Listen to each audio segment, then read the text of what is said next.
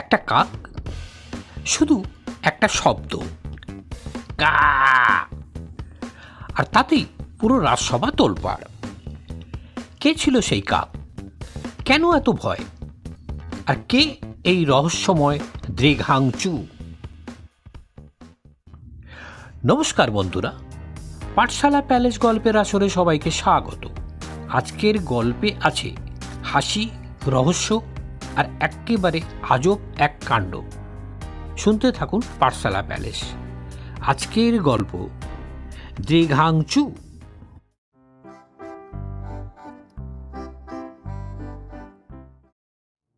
এক ছিল রাজা।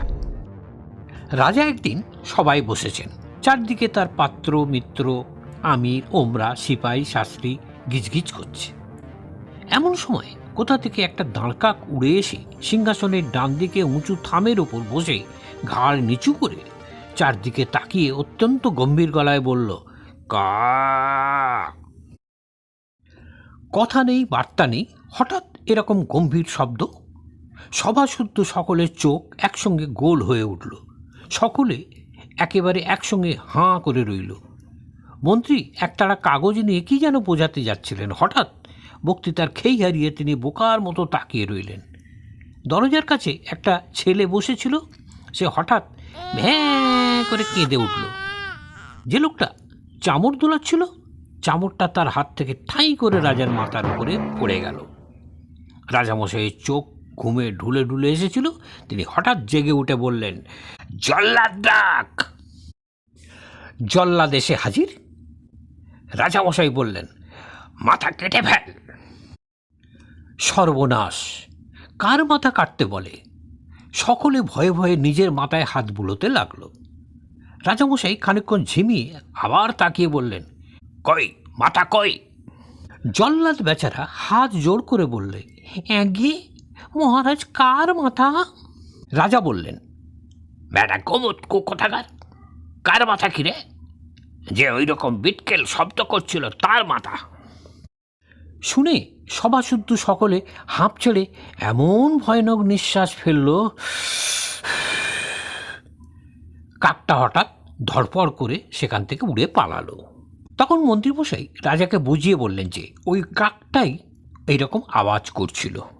তখন রাজামশাই বললেন, ডাকো পণ্ডিত, সবার যত পণ্ডিত সবাইকে। হুকুম হওয়া মাত্র 5 মিনিটের মধ্যে রাজ্যের যত পণ্ডিত সব সবাই এসে হাজির।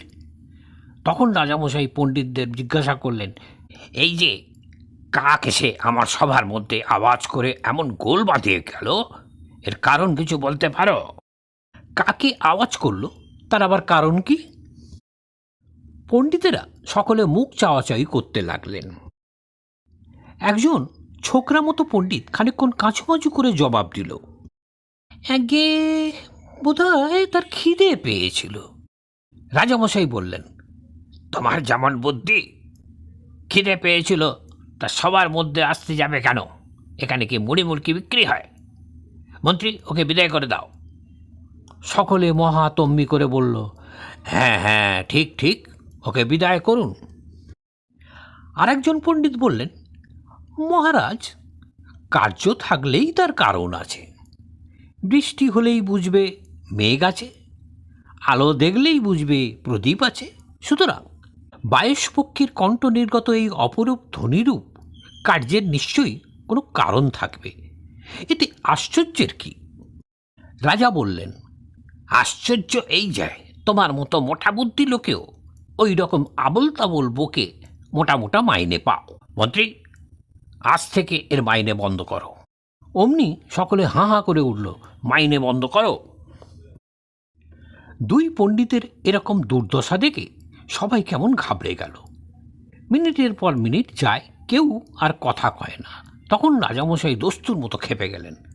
তিনি হুকুম দিলেন, এর জবাব না পাওয়া পর্যন্ত কেউ যেন সভা ছেড়ে না ওঠে। রাজার হুকুম। সকলে আড়ষ্ট হয়ে বসে রইল। ভাবতে ভাবতে কেউ কেউ ঘেমে ঝোল হয়ে উঠল।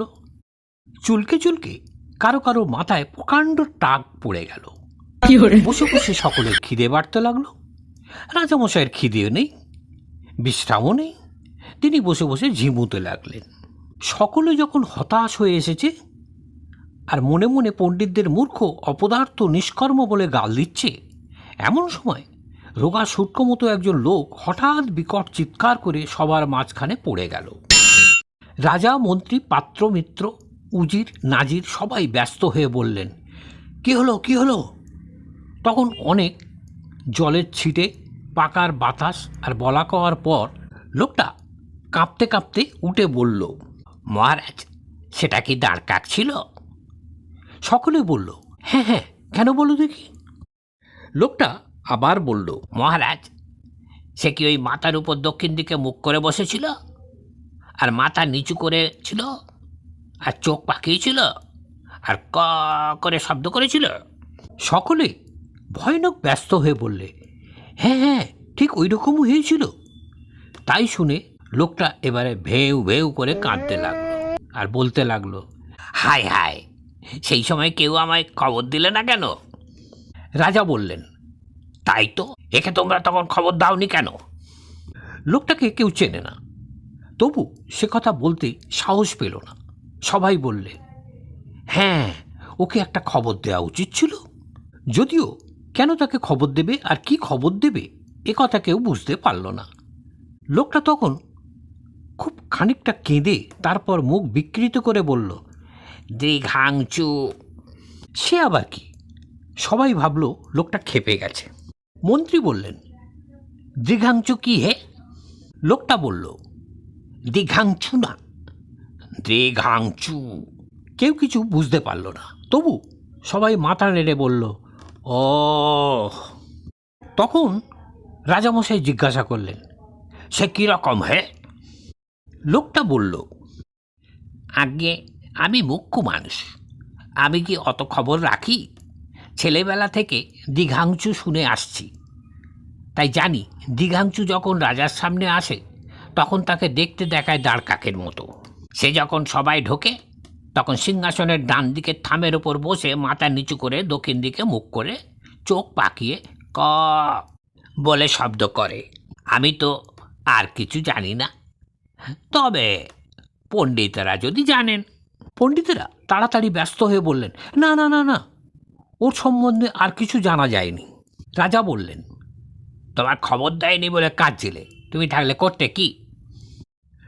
লোকটা বলল, মহারাজ, সে কথা বললে যদি লোকে বিশ্বাস না করে, তাই বলতে সাহস হয় না।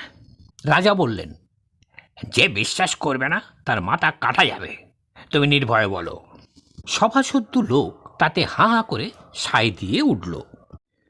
লোকটা তখন বলল, মহারাজ, আমি একটা মন্ত্র জানি।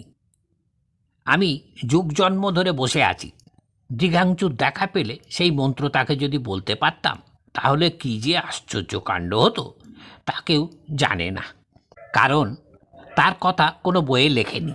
হায় রে হায়, এমন সুযোগ আর কি পাবো? রাজা বললেন, মন্ত্রটা আমায় বলো তো। লোকটা বলল, সর্বনাশ, সে মন্ত্র দীঘাংচুর সামনে ছাড়া কারোর কাছে উচ্চারণ করতে নেই। আমি একটা কাগজে লিখে দিচ্ছি, আপনি 2 দিন উপোস করে 3 দিনের দিন সকালে উঠে সেটা পড়ে দেখবেন।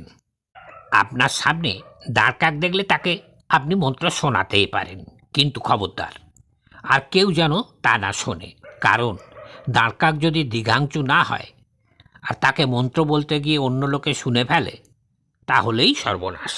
তখন সভা ভঙ্গ হলো। সবার সকলে এতক্ষণ হাঁ করে শুনছিল, তারা হাঁপ ছেড়ে বাঁচল। সকলে দীঘাংশুর কথা, মন্ত্রের কথা আর আশ্চর্য ফল পাওয়ার কথা বলা বলি করতে করতে বাড়ি চলে গেল। তারপর রাজামশাই 2 দিন উপোস করে 3 দিনের দিন সকালবেলা সেই লোকটার লেখা কাগজখানা খুলে পড়লেন। তাতে লেখা আছে, হলদে সবুজ ওরাং ওটাং ইট পাটকেল চিট পটাং, মুশকিল আসান উড়ে মালি, ধর্মতলায় কর্মখালি। রাজামশাই গম্ভীরভাবে এটা মুখস্থ করে নিলেন। তারপর থেকে তিনি দাঁড়কাক দেখলেই লোকজন সব তাড়িয়ে তাকে মন্ত্র শোনাতেন আর চেয়ে দেখতেন কোনো রকম আশ্চর্য কিছু হয় কি না। কিন্তু আজ পর্যন্ত তিনি দীঘাংচুর কোনো সন্ধান পাননি।